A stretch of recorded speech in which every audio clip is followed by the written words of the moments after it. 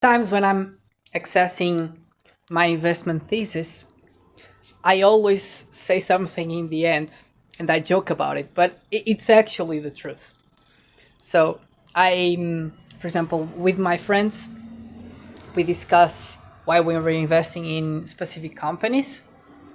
And then, like, after I say my thesis around my own investments, in the end, I go, like, well, in the end, the company can go bankrupt and I lose all my money there.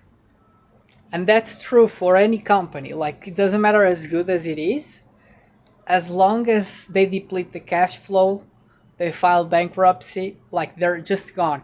Okay. So I tend to say this, like, well, in the end, if it goes bankrupt, I'll lose the money that I have there.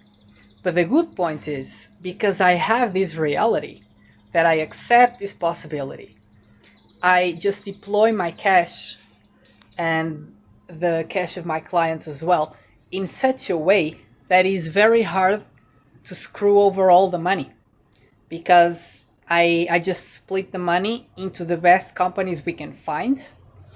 So therefore, even if some of them fail, the potential of all the companies we have invested on is so big that it far exceeds the money you can lose by the money that you're investing on. So essentially, it's like, let's say we split the money between like 10 companies or 20 companies. So if all of them go bankrupt, what happens is we get all of the money growing on the remaining companies. And if only two of them eventually succeed, because we're investing in early stage companies, sooner or later, it doesn't matter when, because our timeline is like 5 to 10 years. So we don't care if the price stays flat for 4 years or goes down, whatever. We just keep adding up slowly to actually get a better average down. So we get better prices on the stock as it's going down, as long as the narrative stays the same in terms of fundamentals. And then what happens is, when they go up, they go so much more up. The money we just have in, I was saying, like, two companies, with just two succeeding, we get a lot more money than all the money we could have lost in the remaining eight.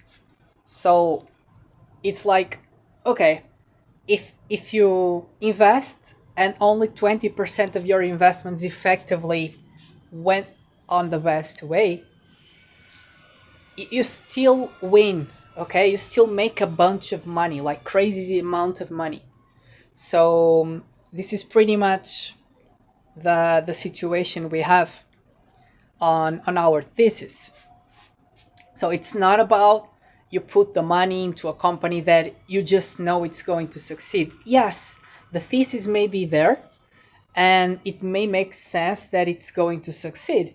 But at the end of the day, you can have a situation where they just don't have enough cash flow, or the person in charge of the company just can't stand the work anymore because they're just exhausted, let's say, and they just have to actually get off the company.